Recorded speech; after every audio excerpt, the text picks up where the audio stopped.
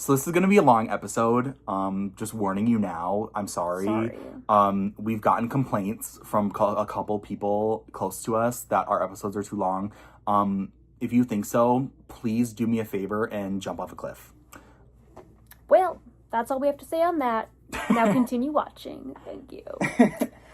Hi again. Hello. Welcome to Delusional Period. Year in review. Yes, this is a special episode that if we somehow make it to next year, we'll have another one. Yay. Hopefully, we'll either not be on this wall anymore and be somewhere else, or we'll have this wall and bigger. We'll probably be uglier, fatter, more diseased.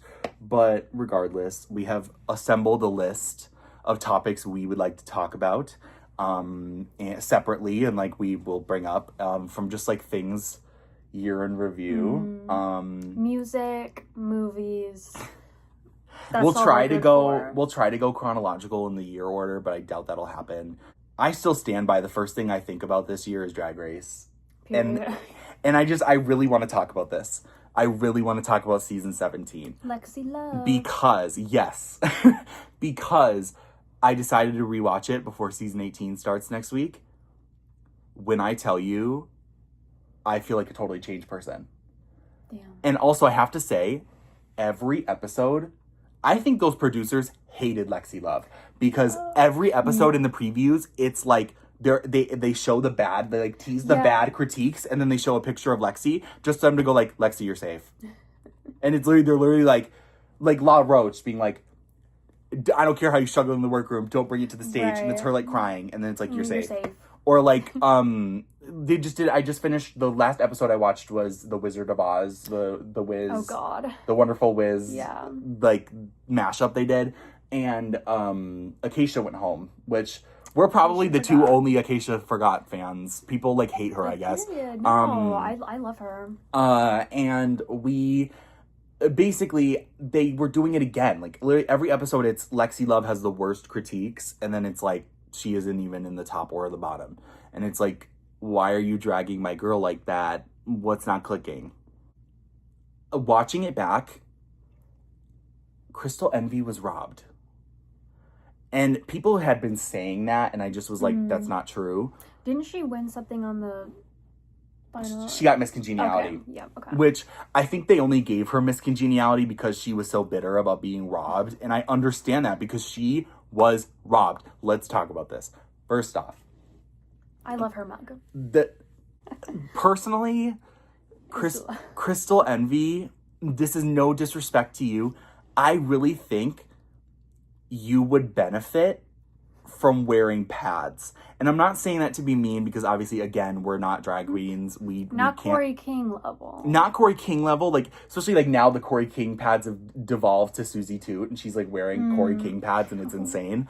I think as a society, Crystal Envy, like in her finale look even, she contoured fake boobs, but it's her muscly chest. Yeah. Above all, Crystal Envy, you look like a man, and I'm not trying to be mean, and like maybe we'll get canceled. Like I'm not trying to get canceled. We're not being like Nicki Minaj. Like I'm not trying to be like really mean. I'm just saying it could really move you to the next step, I think. And like obviously, one more time, we're not drag queens. We can't. Right, literally. Like our opinion, we would be awful. Our opinion is not valid. You are like amazing, and you are like doing the little most, and are like. You know your craft. Right. And I will say, you were robbed on that girl group, like, Drag Race moment challenge. Do you remember when she played the tumbleweed? And she was rolling in the background as the tumbleweed? And then they literally, I'm not even kidding you, the critiques on that episode, it's so fresh in my mind. Literally, they said, Crystal Envy, you had the best runway of the night. You look amazing. We can't believe that this outfit is what you chose. You look amazing. You did amazing in the challenge. You led your group so well as a team captain. You did amazing. You really led the group. You really showed versatility. You did everything. You're safe. You're safe. What? And she did really good as the tumbleweed. I could not believe it. What? And then the ball challenge. They're like, we're not going to let you be in the top, or we're not going to give you the win because you dressed as Barbie. but they let Sam Starr wear blonde every week. Right. And Corey King was Barbie. Sorry. What's not clicking? Even the paparazzi felt like Crystal Envy was robbed. And then her Snatch Game, Nicole Richie. Oh, yeah. The fact that she went home for that and that Ariadne... Remember Ariadne was Baby Cupid? And she was like... Ew, oh my God. I'm just a baby. That like, makes me so uncomfortable. That makes me so uncomfortable. You're fake. RuPaul, what happened? That Snatch Game, okay. As we said, if Lexi Love has no fans... We're gone. We're gone. Lexi being in the top for Snatch Game because she flopped is such a funny moment in time because people were so mad about it and used it to hate on her. But that's like her character. Watching it, I just watched this last night, so it's very, very fresh in my mind.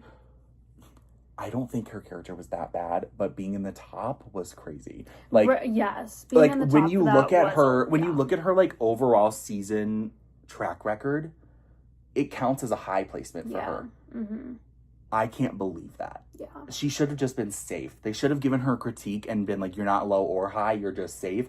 Because what was that? Right. I can't believe that Crystal Envy... you saved yourself by being funny and like not knowing what you were doing. So you're safe, but I can't believe Crystal Envy was in the bottom for that. Do I believe she lost the lip sync and deserved to go home? Potentially, because it was Hands to Myself and Lana Del Rey lost her wig, and they let Lana Del Rey stay. I was kind of shocked, but also I love Lana Del Rey, like genuinely top 5 queen of the season, can do nothing wrong. But man, the bus ain't running. The bus was not running that day, and Crystal Envy. The fact that Ariadne was not in the bottom, Ariadne could have gone home, and you know what wouldn't have happened? Your breath smells like shit, Anya. That wouldn't have happened. Mm-hmm. Oh, like that was crazy. You know what? I have to say, the whole season, I never really saw the Anya picture. Yeah.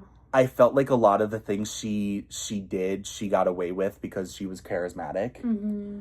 But rewatching it, I sort of see now how she got a proper win. Like, she looked like a winner, and I get it. But she had that, she didn't even necessarily have the trajectory because she was just kind of like there some episodes. Some of her, her win on that challenge, she won the challenge that I think Crystal Envy should have won, the girl group challenge. Oh, yeah. Mm-hmm. She shouldn't have won that. Or, her Snatch Game was fine, but, I think that, even though I'm not her biggest fan, Sam Starr's Kim Gravel was hilarious. And then, Corey King is, Big Ange. Oh, yeah. Fucking hilarious. And she was safe. I forgot about Jewel Sparkle should have won Snatch Games. She was Bigfoot. Oh, yeah. And RuPaul was like, the sassiest Sasquatch. She went, the fuck did you just call me, RuPaul? That's hilarious. I don't know. Some of the wins were crazy, and I think she just suffered from the U.S. Actually, every winner that RuPaul crowned this year, only RuPaul crowned, it was a bad choice, I think. Maybe not UK, but the whole season of UK was bad. So, I don't know. This was just a really bad year for Drag Race. I lost faith in the show, and I've been a fan for years. But we got Lexi Love. And you know what? Lexi Love has noticed me many times. So, she knows that I've been there for her. She knows I've been there for her. Lexi is... I feel so bad for her with what's been going on with her name. And dude, that's really sad. If you don't know, Lexi Love, when she got announced to be on Drag Race, some girl came forward and trademarked the name because I guess she'd been using the name Lexi Love as a porn star name, and just hadn't trademarked it, and then trademarked it once she knew Lexi was going on the show, and then made a bunch of transphobic comments being like, I don't have AIDS, and fuck Lexi Love, and all this stuff, and tried to sue her, and it just really sucks. But yeah, I still just don't understand. Actually, I do understand very well. Here's what I think happened with season 17. I think they went into the finale, Anya Nerve, Jewel Sparkle, Sam Starr, Lexi Love. They didn't want to crown Sam Starr because I know they want her on All Stars. And if the rumors are true, we might be getting that very soon. Oh, God. I think RuPaul does this thing where he crowns who he doesn't really want to see back. Yeah, he's like, you're good now. Likes them, but like we don't need, like, might not make good TV again. Yeah. And that's what happened on All Winners. Some of the people they picked for All Winners, it wasn't nice to see them back on TV because they got mistreated again. And It was like, what? But I think RuPaul sometimes crowns people to get them out of the way. Sure. I think it was a big mistake to crown Anya because the TV that we could get from Anya coming back. Sure. Like, the All-Stars glow up, I think. Good. Yeah. The All-Stars glow up, I think she deserved. Mm-hmm. I think Anya will. I think if she gets the call, she'll do All Winners to try to prove a point. And I think maybe that'll save some of the reputation. Yeah. But I really think what happened at that finale was evil. In the sense, it was pure Satan. It was Satanism. Because they weren't going to crown Sam. I think that was obvious to me, at least. Yeah. And so I really thought the top three was between Lexi, Jules, and Anya. Out of those three, Jules had the worst track record. Right.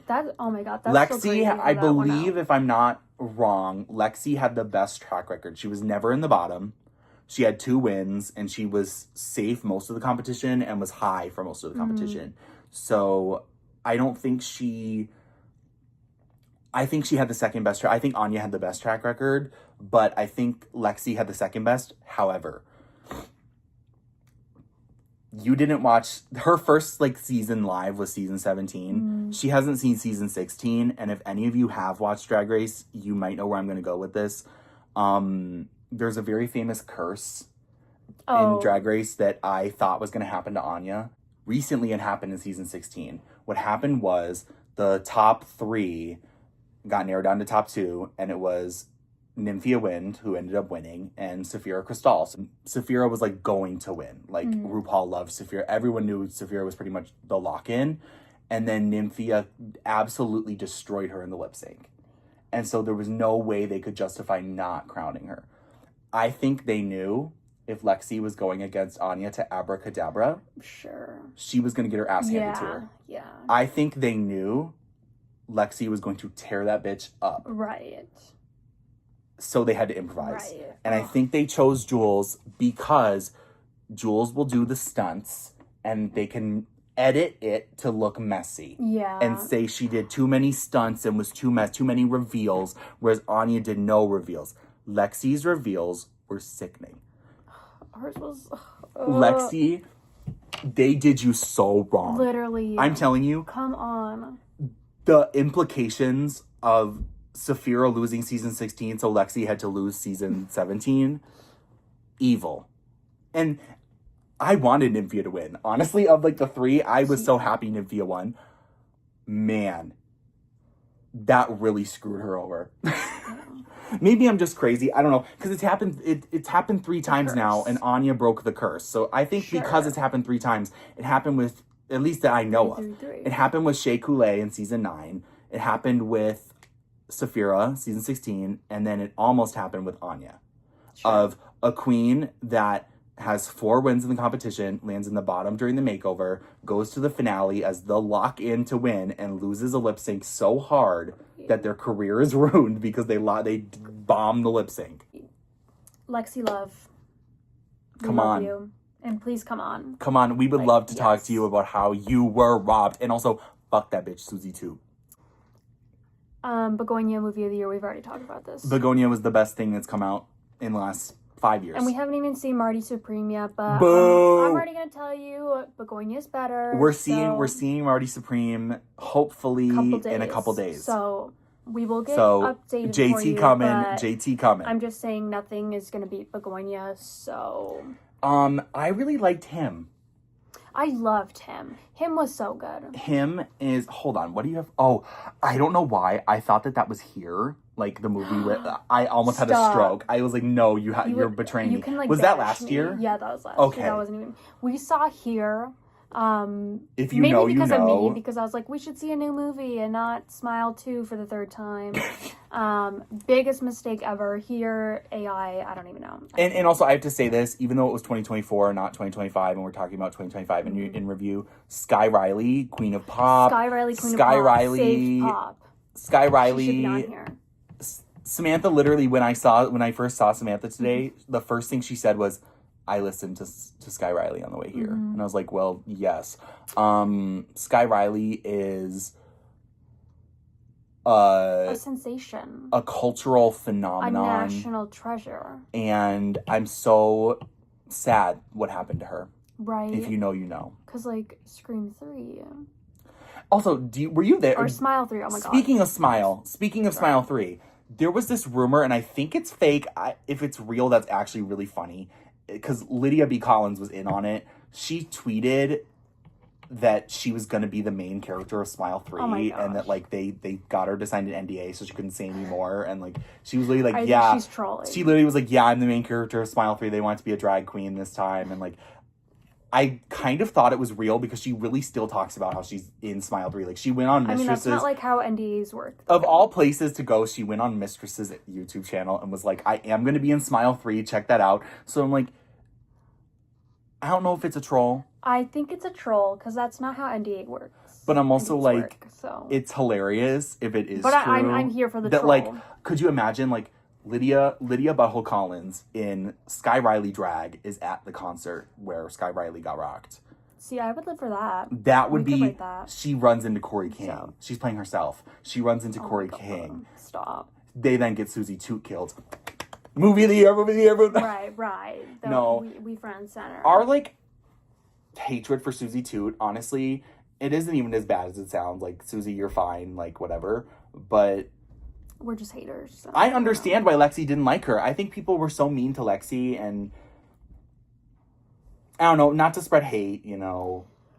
It's a TV show. It's fake. Right. Team and they Lexi. Are masters of their craft. Team Lexi.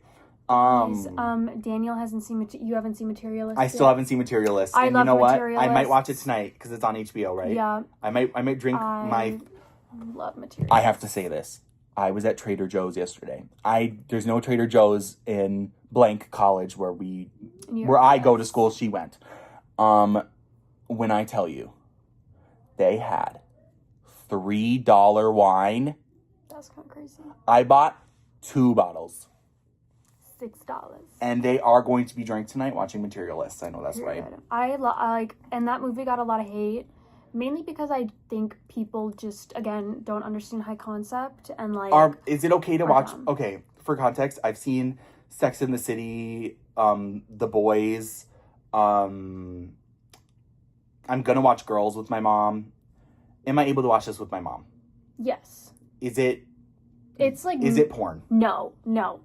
There's like. Well, then I'm not interested. Okay. Well, I don't even think that there's like nudity or anything really, honestly. Like, but. I'm just kidding. By the way, that was a joke. No, I saw this in theaters with my mom. So. Okay. Yeah. Anyways, Frankenstein 8. I know you didn't see that. I need to watch Frankenstein. Sinners. We saw Sinners together. Sinners was so good. I really want to rewatch it. Well, not that. I was gonna say when I rewatched Weapons, I moved it down on my list. Sinners, I didn't like it as much. You know what? I just rewatched Weapons for the 3rd time. Damn. And I rewatched it for the 2nd time, so I've seen it 3 times.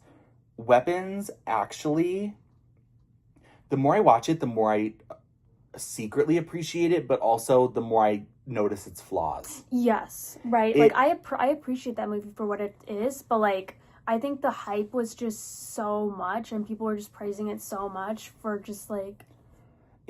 I think Amy Madigan just did such a good job as Gladys that there's you can't say the movie's bad because the acting is so beyond. Yes, because she did amazing.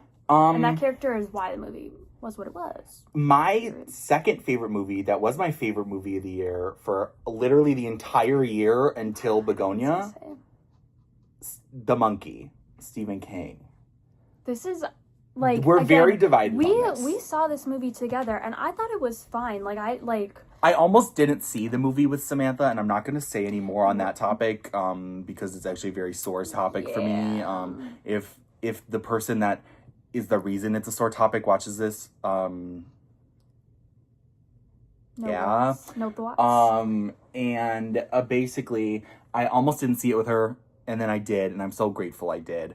I think The Monkey is a prime example of how to do camp in a modern era. Sure. It was like Mommy Dearest level to me. Okay. It was like, I don't know. I thought the pool scene was fascinating, and I thought it rivaled the pool scene from Strangers, the second one. I think not chapter 2. I mean, like the Pray at Night. Okay. I think it was. I don't know. I just thought The Monkey was so fascinating, and I thought Theo James did such a good job, really good. And I thought that Tatiana Maslany did a good job too as their mom. Mm-hmm. I thought she killed it, and I can't wait for the new. She's in a new horror movie. I feel like that I can't wait to see as well. I loved The Monkey because he had like The Monkey. Again, I liked it. I had no like qualms with it. It changed my life genuinely. I think it is like one of the best movies I've ever seen. So go watch The Monkey, and I have to rewatch it because I have to. I don't know. I have to say, another movie that I really enjoyed this year. That when we first started this podcast, I posted our letterbox, and I got jumped by an individual saying, "Why did you rate Wicked for good 5 stars?" And I just have to say, I've seen it twice now, and I'm going to buy it on digital on Tuesday. When I tell you Wicked for Good is, as we say, high concept. Yes. I think they were doomed to fail because Wicked, the second half of Wicked is a little weaker. It's messy. But man, that scene with the closet. Dude. Oscars, like I could not believe it. The them doing the whisper. Yeah, the whisper. I could not believe it. I love how they did Dorothy too with like the shadows. Like I thought that was. I thought it was very respectful for Judy. Yes, absolutely. I thought that was a good way to sort of honor Judy Garland. Right, because nobody can be Dorothy. Like I think she sort of set the bar. Mm-hmm. You know what would have been really funny though? If they would have if they would put like a here and de-aged like Liza Minnelli and had her do it, and then Liza comes on and she's like, somewhere over the rainbow, da da da da da. Like I would have thought that would have been funny, but obviously, I don't think that would have maybe happened if John M. Chu did crack. But I thought it was amazing. I mean, Nessa Rose, I am Nessa's biggest hater. But for a second I felt kind of bad for her. And then I was like, but wait, you're kind of like Oz's Ice? Yeah. She literally is. You're literally Ice, and also, like, she's literally Trump. Yeah. She's literally Donald Trump. And then it's like, okay, so not only are you Donald Trump, but you're also Chopped, and also, like, you blame everyone for everything. Literally self-centered. Literally blames everything on everyone else and can't accept that Bach was never into her, and literally Stevie Wonder saw that. Right. Yeah, but anyway, like, I thought it was so good. Again, and I like the new songs that they added were, like, pretty good. Like, I don't have any problems with I will say, Girl in the Bubble, at first I thought was kind of tone deaf. And not, like, tone deaf in the vocals, but tone deaf in, like, the overall story. Because I think the movie tries too hard to justify Glinda's actions. Right. Okay, yeah, I didn't like the flashbacks. You can argue that Glinda, sure, she is inherently a good person and, like, like, she knows she did stuff wrong. I felt like Girl in the Bubble was a sort of song to be like, I really didn't do anything wrong because, so I felt it, maybe I'm wrong, maybe, you guys want to yell at me. I thought it was a little tone deaf, but it's a great Ariana Grande song. There we go. Very good for Ariana Grande, and I feel very bad that I don't know if Nona got to see the movie. I'm sure she did. I hope she did. I'm sure. I think it's, yeah. I will say, they probably had a unfinished cut. Yeah. Going off of that, we have to talk about the worst movies of the year. And I have to start with, I think, the biggest miss in recent cinema, and I know you know exactly what I'm going to talk about here. I think I know exactly. The biggest missed opportunity, I think, I honestly considered buying a gun after watching this movie. During. And not in like a Priscilla, like matching outfit gun way, in like a I want to shoot myself way. In the words of Charlie XCX, why I want to buy a gun, why I want to shoot myself. And via volatile at war with my dialogue, 28 years later. That is not the one I thought you were thinking of. Were you gonna what? Life of Chuck? Yeah. Oh, we'll get to Life of Chuck, honey. But 28 years later, this was like my most anticipated movie of the year. Obviously, we've said you love Cillian Murphy. Love Cillian Murphy, so I love 28 Days. I thought this movie was so bad.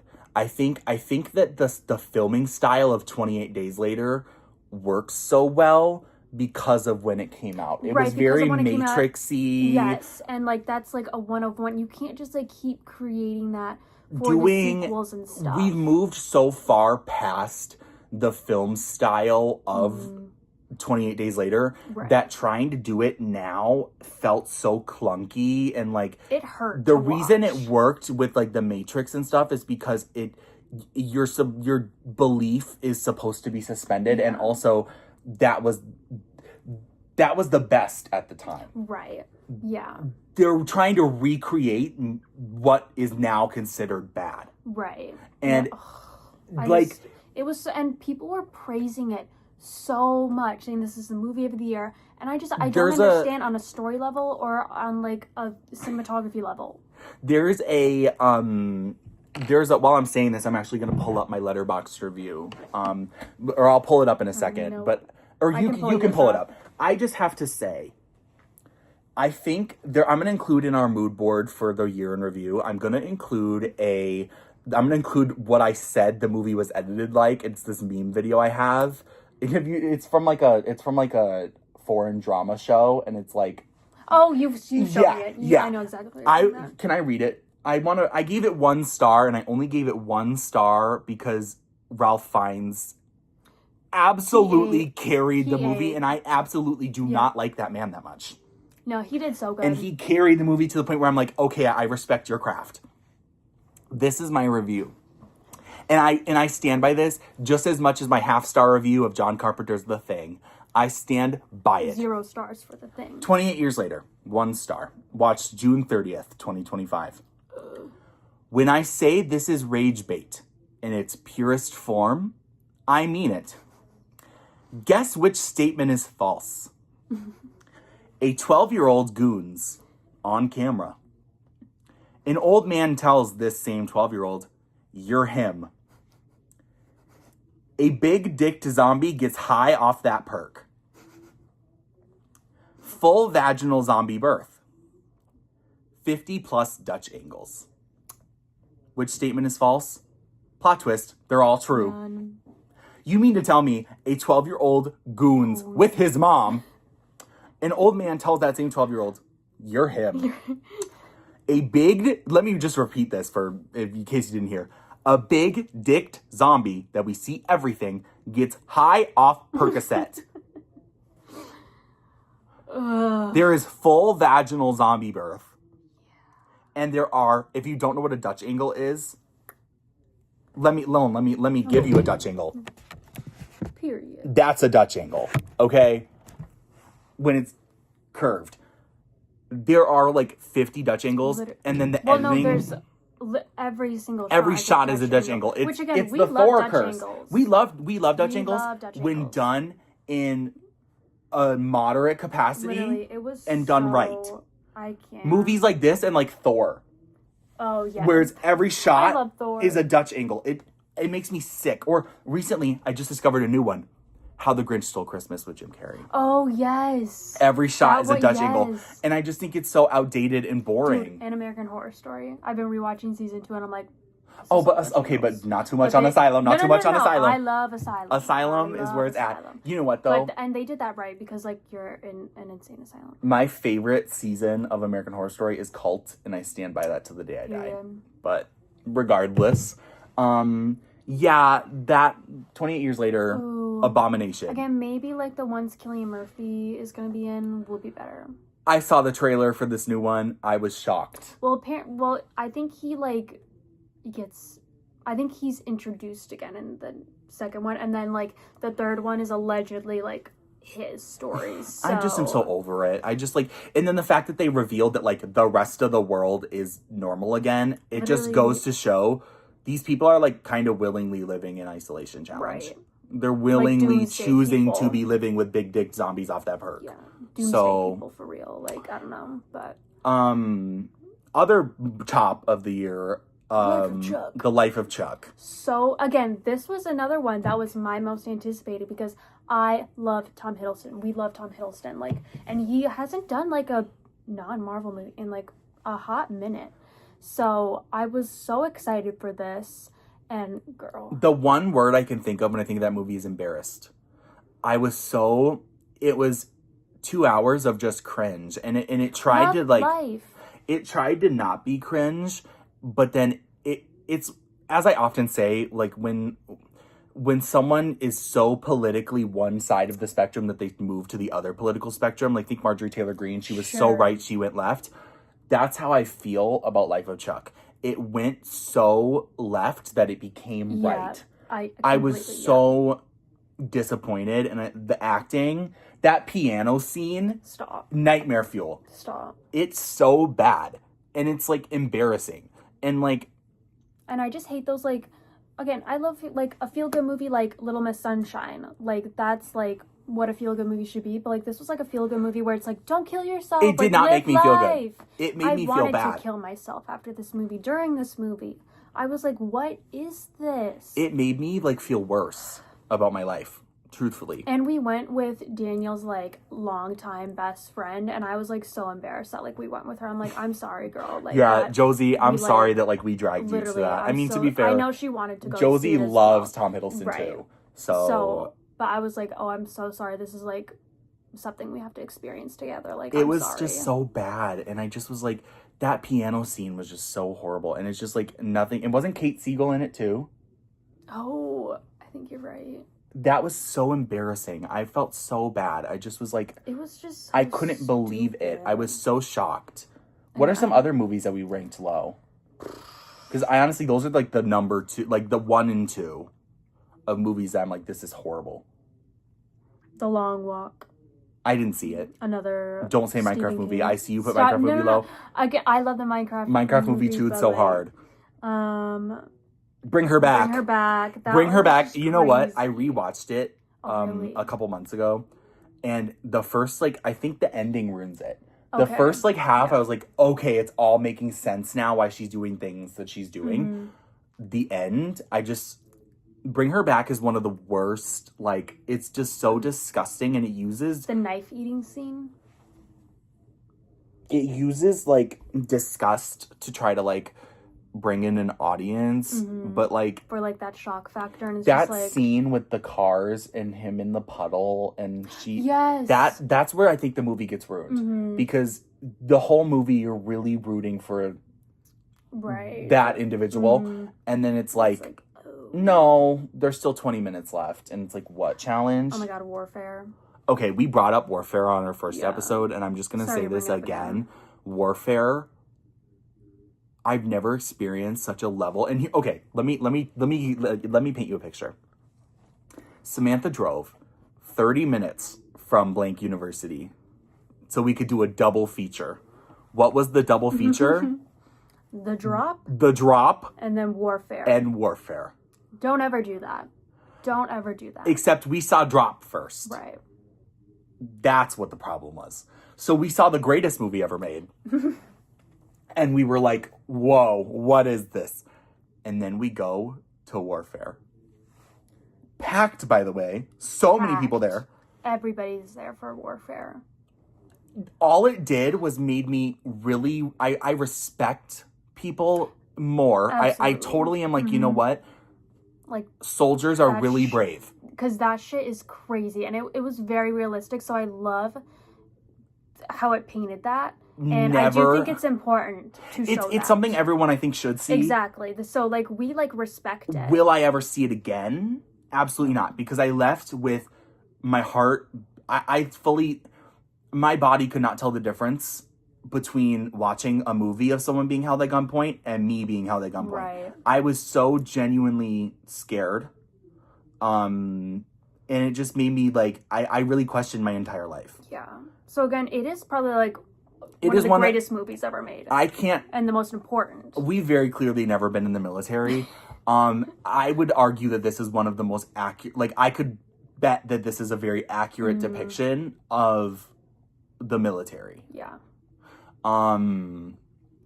Scarily enough, because I was terrified the entire time. What are some other movies that we like? Final Destination. Oh, I loved Final Destination. Oh, you lived for... I loved the Bruce Springsteen movie. I think the Bruce Springsteen movie did what what was that stupid ass movie called? A Complete Unknown. What A Complete Unknown failed to do. Yeah. I could not care less. I can't even remember what his name is. In A Complete Unknown? Yeah. Who is he playing? Bob Dylan. Bob Dylan. I could not care less about Bob Dylan after seeing that movie. I am so invested in Bruce Springsteen now. Right, because I'm like, this is actually interesting. Wow. I was very interested, and also I'm a big Halsey fan, and there's a lot of connections between Halsey and Bruce Springsteen. So I was like, okay, I see the vision. Right. I loved it. Megan 2.0. Megan was good. One of them days. Mickey 17. Yes, Mickey 17. Until Dawn. We are probably the two people that love the Until Dawn movie, and you know what? It's so good. You never played the game, did you? No. I don't even know the game. I've been a fan of the game since it came out.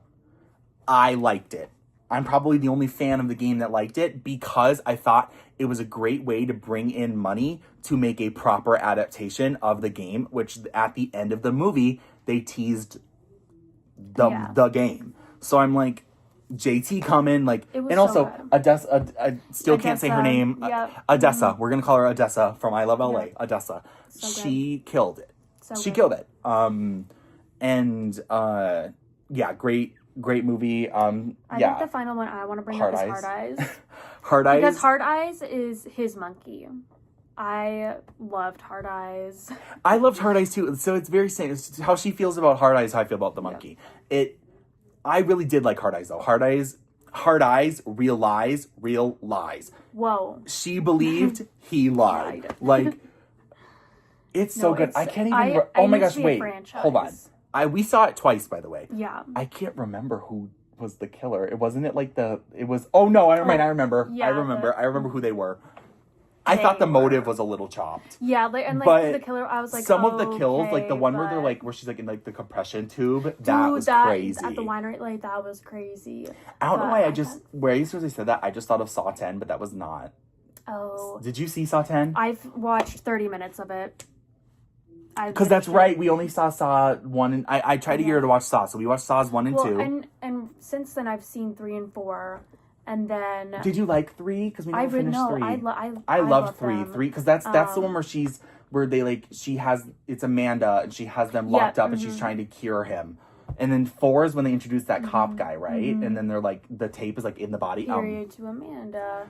And then I fell asleep at Saw 10, so I haven't seen Saw 10. I will say, and that's not like a shade. One of the best Saw traps, in my opinion, and I think one of the best things in modern horror is the blood trap from Saw 10. You've explained this to me, and it's so what it is it's two people, and it's kind of like a seesaw. So basically, it's two people face up, like laying on their back on a seesaw, and basically, whoever is down on the seesaw is being waterboarded with pig's blood. And then so it's like they keep swapping, and whoever's at the bottom is getting just absolutely drowned in pig's blood. And it's like they're going up and down, like trying to save each other from drowning in blood. And it's like a little kid, I think, that's on there too. So, and it takes place in between I love that. Saws. Yeah, 1 and 2. Yeah, it's crazy. And also, you still don't know the gag, like the big gag of Saw. Okay, if you've seen Saw, you know what I'm going to try to reference without saying it. She hasn't seen like the big reveal that they built from the first movie about who is working with Jigsaw. Oh, okay. She doesn't know. She only knows Amanda. I'm Amanda. I'm 6.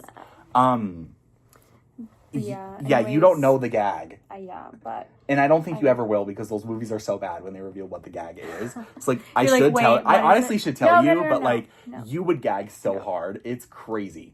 But I love Saw 2. Saw 2 is my favorite. Because that's the one with where they're all in the house and it's secretly pre-recorded the whole time, so they're trying to figure out, they think they're gonna die and it's like they're already dead, and then they lead Donnie to the Saw 1 place. Yes. And then oh my gosh, like Amanda ate that up. Like even the paparazzi team, Amanda. And the traps in that one. Like the first off the syringes, and then oh my gosh, I would fall for that. That's my problem. 1,000%. I would fall for that. I'd be like, so hard. Let me just like squeeze in there.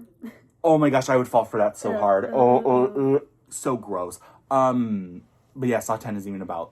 It wasn't even this year. We got to talk about music. Yeah, I have my fave albums. Virgin, we love. When you're holding a hammer, everything looks like a nail. Lives changed. I will say, I remember I listened to the full album at work, and it was like it was one of my first days at my new place. Oh, yeah. And so I was working with my coworker.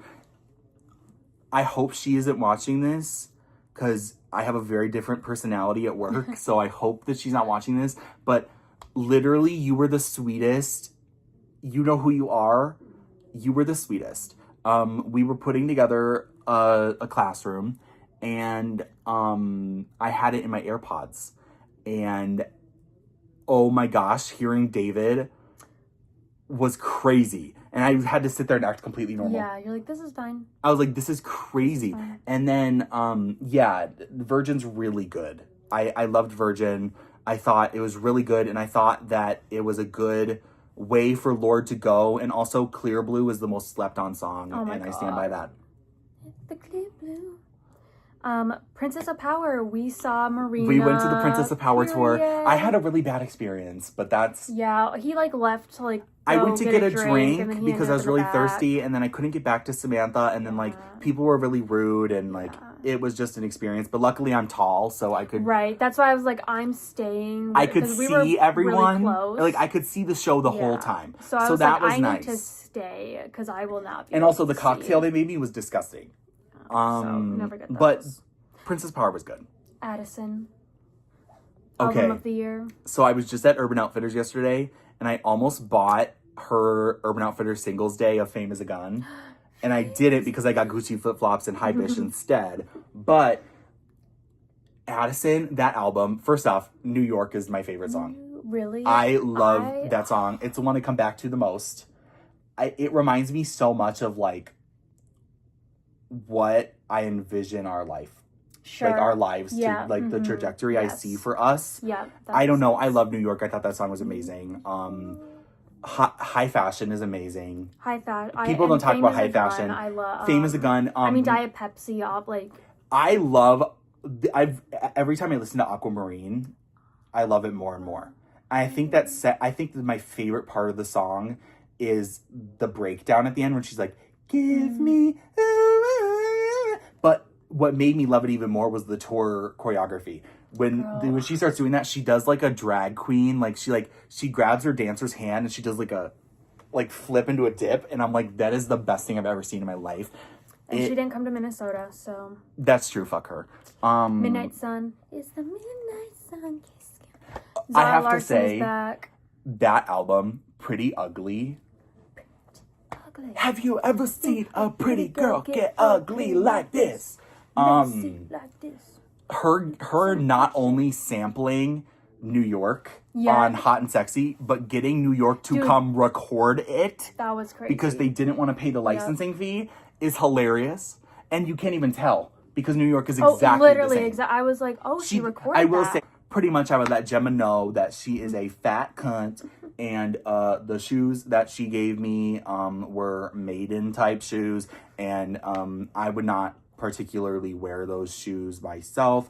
She said they were meant to be bought for a pretty girl. If that's the case, she should have put them back on the rack.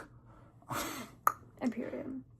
Eternal Sunshine Deluxe, Twilight Zone, we love. Hampstead is my favorite song on the whole album, besides the title track, Eternal Sunshine. Hampstead is amazing. Eusexua. Of course. Again, we are officially going. We are going to see Eusexua. It is true.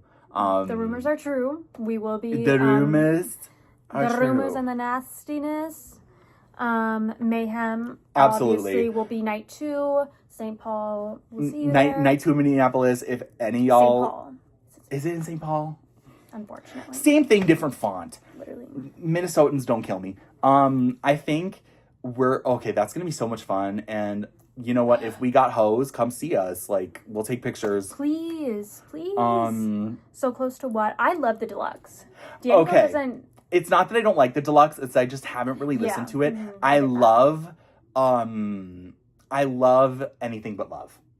Yeah. I think that the line of trying on shoes. I think that the line where she's like something, then why you keep jacking off to Tatiana is insane. Mm-hmm. And also I know you're not that blonde I hate the Kid Laroi. So I'm so glad that they're not together anymore. And I'm so glad you're finally into Tate. Because I wanted her to get into Tate for a while. I'm not like the biggest fan, but I am a McRacist. It's so ridiculous. Yeah. Whoever decided to like make that meme, same with the Addison Rae fans being called racist, is absolutely diabolical. Who did that? No, yeah, someone a couple months ago actually, someone in my film class, I think it was Kendra. So okay, I might bleep out her name. I don't want her to be mad if I say this.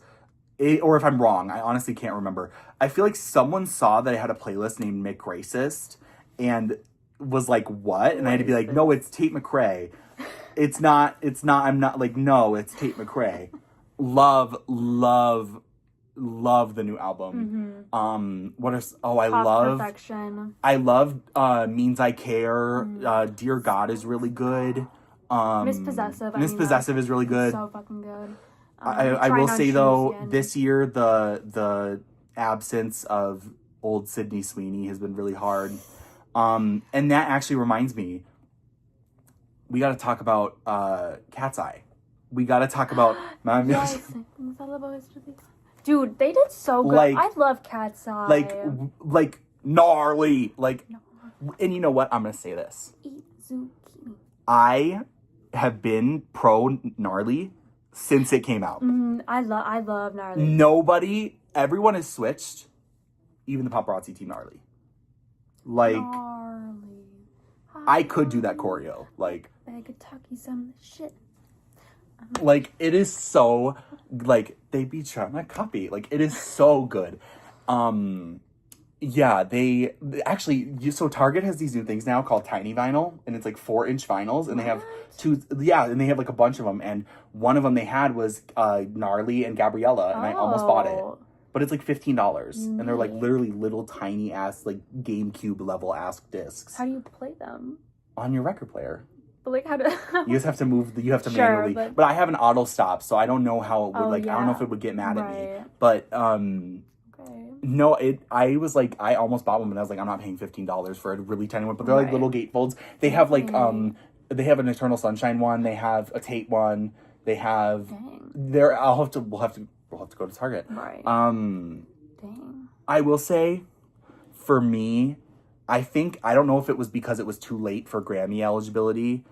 The lack of acknowledgement in award. Maybe I'm just not seeing it. The lack of acknowledgement in the awards circuit for West End Girl by Lily Allen I think it probably was late. Is crazy to me, because I think that I don't like Lily Allen. Truthfully, I think she's done some things in her career that are very problematic. She's not innocent. I think that she's done some things that I'm I don't really like her as a person. That being said, West End Girl is one of the best albums I've heard in my entire life. It is one of the most cohesive albums I've ever heard in my entire life. I think her sampling the Stranger Things theme song on Pussy Palace is hilarious. And I think David Harbour needs to go into hiding. Yeah, I don't know if he'll ever work again after this. Because he's going to get Avengers and that's about it. Right. Because, man, if somebody came out about that stuff about me, the PR meetings I would be having. Suicide. Shit. Like, man. Dude, I can't even imagine his PR team right now. And also, I have to say this. As someone that was somehow able to get a ticket to Ethel Cain, I honestly like perverts more than I like Willoughby Tucker. It's just so nice to, like, put on and just, like... And you know what? We've said we love high concept. And so people are going to be like, you're fucking lying. If you know what the gravity of what I just said means. Literally yesterday in Urban Outfitters, they had Willoughby Tucker on vinyl. And I literally went, it's not perverts, and put it back. Perverts. I think Amber Waves is one of the best songs of this decade. So good. I think House of Psychotic Women is one of the best songs of this decade. I will say, I loved the song Punish. Oh, yeah. I thought it was a great lead single. And then I found out it's about pedophiles. Oh, I suppose it's a song about feeling punished by love because of pedophiles' attraction to little kids. And that's where I was like, oh, maybe this song isn't related to Laura Palmer like I thought it was. Well, we got Fuck Me Eyes. So maybe we shouldn't be pro perverts. Fuck Me Eyes is like, oh my God, one of the best songs Fuck ever Me made. Eyes was just barely not in my top 5 songs of the year. I think that is my favorite song she's ever done. So maybe I should give Willoughby Tucker some more credit. I think it's a great album. The concert was amazing.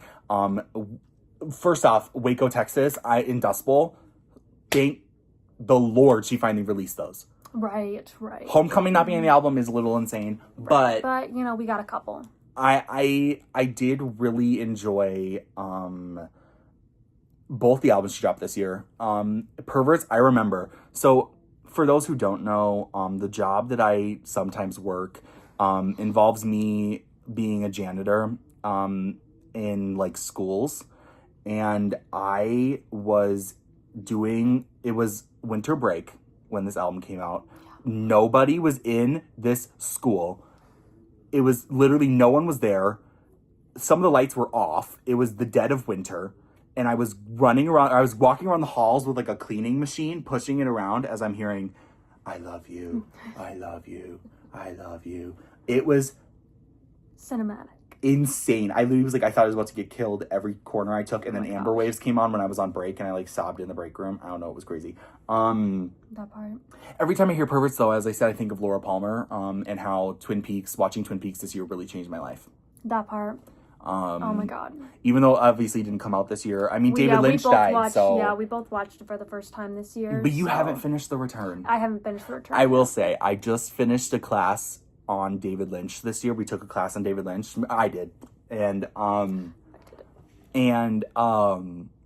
something that we talked about was Twin Peaks, obviously, and we only watched the first season of Twin Peaks, and then immediately went into Fire Walk with Me, and then watched none of The Return. That's crazy. Me and the professor were the only people that had seen The Return and season 2 of Twin Peaks, and so we sort of had to be like, I got called on a lot, and literally I felt like every time I raised my hand, I'd be like, in The Return, this happens. And I literally, by the end of the semester, every time I spoke about Twin Peaks, I was like, I'm sorry that I always talk about it and like The Return. But as much as I think The Return is not my favorite season of Twin Peaks, I think it is life-changing. Yeah. And I can't believe you haven't seen it. And also, I've seen 4 episodes. We have a mutual friend. I'm just like, I don't want it to end. I'm so That's sad. how I was. We have a mutual friend named Ellie, who we've been friends with our whole degree. And Ellie, we love you. Ellie asked me to tell her what happens in The Return. And when I tell you, I understand it all. Oh, really? I think I understand Twin Peaks. And it was insane. And I'm so grateful that I got to watch it. I have Fire Walk with Me on Criterion. It's my second favorite movie of all time because I don't know if anything could ever beat Cruel Intentions. Twin Peaks I will never get over it. It changed my life. Oh my god. I can't even like go into that. It like Laura Palmer to me is like the queen of rap. God. Like she the real Onika. What happened to Laura Palmer is very Onika Burgers. Yeah. If you know what happened to Laura Palmer, I'm sorry. Oh my gosh. And I explained the return to Ellie and she was like, what the fuck? And I literally was like, and I sounded like a crackhead. I legit was like, yep, and it's all because of Oppenheimer. And she was like, what? And I was like, yes, you don't even know the implications of Oppenheimer on Twin Peaks. Like, I'm almost to that episode. I think it was too experimental. And I understand now why Showtime maybe didn't want to give him as much money as they ended up having to give him. And respectfully, I love David Lynch, but... Man can do no wrong. Well, he did sign the Roman Polanski letter. Really? Oh, that's... I feel like I knew that. Yeah, that was a sad day when our film class learned about that. Do we have anything else? Housewives. I have to say, Salt Lake... Thank you. That's really all I have to say. Thank you. I think I Love LA is another great show that's come out this year. I don't know what other like TV shows I've really been vibing with. Heated Rivalry was good. Ed Gein. So I can't say that. Addison Rae carried. Addison Rae carried of the 2 episodes she was in. What are some other TV shows? I don't know. I really just been watching. I really watched Twin Peaks. Did Adolescence come out this year? Was that this year? I think it did. That was good. I still haven't seen it. House of the Dragon wasn't this year. That was 2024. No, that was last year. Yeah. Yeah, I don't know. That's kind of been it. That's our year in review. I don't know what else we really have to talk about. I mean, Begonia. Ghost Stream or Ugly. I hope that by the time we do a next year in review, Lana Del Rey has dropped an album. You know what? Let's do that. Let's have a section right now. To wrap it up, I think that we should sort of give ourselves what we hope for the next year, and I think we should watch this when we do next year and like confirm or deny whether these things happen. Some new Lana album. I will start with a new Lana album. It's been 2 years. Right. It's been 3 years since Tunnel, but it's been 2 years since she's been teasing Lasso. Yeah. Lasso, The Right One Will Stay, whatever it's called. I don't care what it sounds like at this point. For me, either Nicki's gonna like apologize or double down for her album release. The album's probably not even gonna come out next year, but like, I think she's gonna. I feel like she's gonna come around and be like, "Yo, I'm sorry. I actually ruined my entire career." So, my hope is that she comes back and is able to redeem herself, but also something I'm really hoping for in the music world is I'm really, really hoping for a decent, like, I think there's going to be a Mayhem Deluxe. Yeah. And I'm hoping that it carries the hype of Mayhem. Because Mayhem was like my album of the year. I think Taylor, we need Reputation. Right. Reputation, Taylor's version. And I feel like I've heard a bunch of leaks. Oh, really? I haven't heard. Someone, I bet they were AI, but someone was releasing leaks. Yeah. And I'm like, I need Call It What You Want yesterday. Yeah, I'm like... Especially, and you know what? I'm going to say this, and I'm not going to give any more, because ultimately, at the end of the day, we have our own lives. I am in a very Call It What You Want mood right now. Call it what you want, yeah. Call it what you I'm in a want. very Reputation mood right now, but not in like a the public hates me way, but in like a what the other meaning of Reputation is. Yeah, the actual meaning of Reputation, yeah. And I'm very Call It What You Want right now. Oh, new Ariana music. She teased that, so I feel like... I hope we get something. Well, okay, I hope that she extends the tour, which she has said she is not doing. But anyways, I hope that she extends the tour. I hope she does. And comes to Minnesota. I hope the Wuthering Heights album is good. I hope the Wuthering Heights movie is good. I have it pre-ordered. I Bride of Frankenstein, or just, I think it's just Bride. I'm excited for that. I hope 28 years later is not bad. I hope the new ones aren't bad, the new two. Peaky Blinders movie, obviously we talked about that last time. I hope that if the Buffy show comes out, that it's not bad. I hope Drag Race goes well this year. My hope is that Mikey Meeks will win. That is my prediction as of right now. Oh, I just have to say one more thing. Joella's mattress look, low key, kind of sickening. I kind of see the vision because camp. She had the audacity to sit there and think, this is the package I'm gonna bring to RuPaul's Drag Race. This is what I'm gonna put on the back of it in an election year. And not even during an election year, after an election, she thought, I'm going to make drag worse. And I think that is something that is admirable. She knew what she was selling, and what she was selling was not necessarily what the judges wanted her to sell, but she sold it. Hopefully Begonia will win Movie of the Year, Picture of the Year at the Oscars, like we've been known. I have a feeling, though, I really think that Hamnet will sweep a couple. I think, okay. At least Best Actress.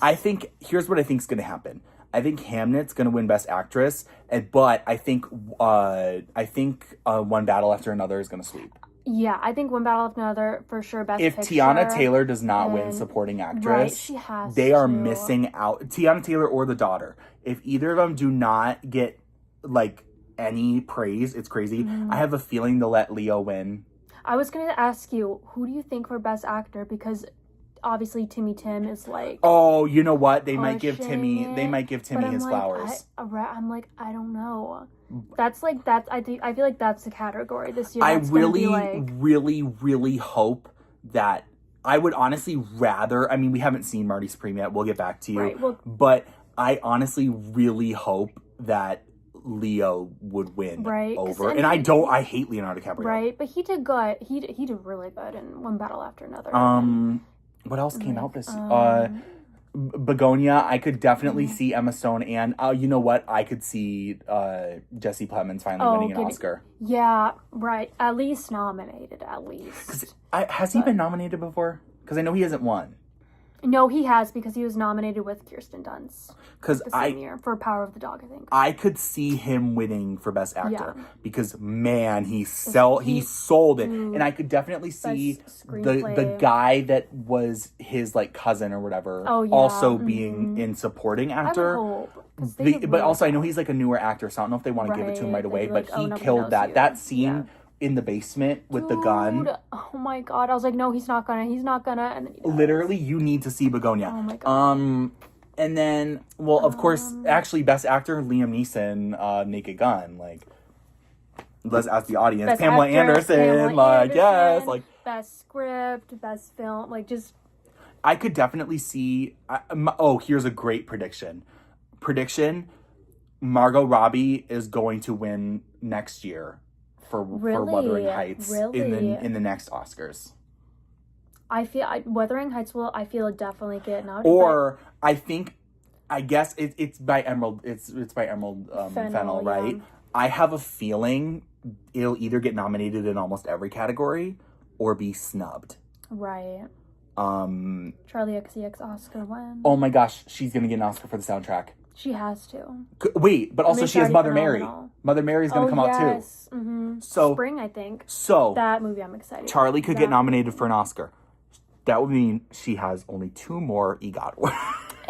Only 2 more to get an EGOT. She's going to make her own play, and Addison she's going is like to 4 away.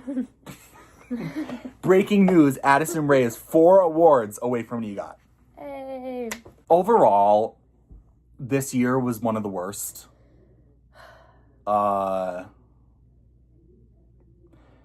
Hope 2026 is better. We're a delusional period, and here's to hopefully better 2026. Hey, we're seeing FK Twigs and Lady Gaga. So it's gonna be an amazing. And you know what? They're very close together, so we're gonna have another Brat Trisha. Oh we saw Trisha Paytas and Charlie XCX back to back, same Friday, weekend, Saturday. And it was a bender for sure. Mm-hmm. But best experience of my life. Yeah. But yeah, we're delusional period. Thank you for listening. We'll see you on the next one. We'll see you in the next one. And trust we'll probably have a lot to say about Marty Supreme. Oh, yeah. That's coming. JT coming. JT coming. Period.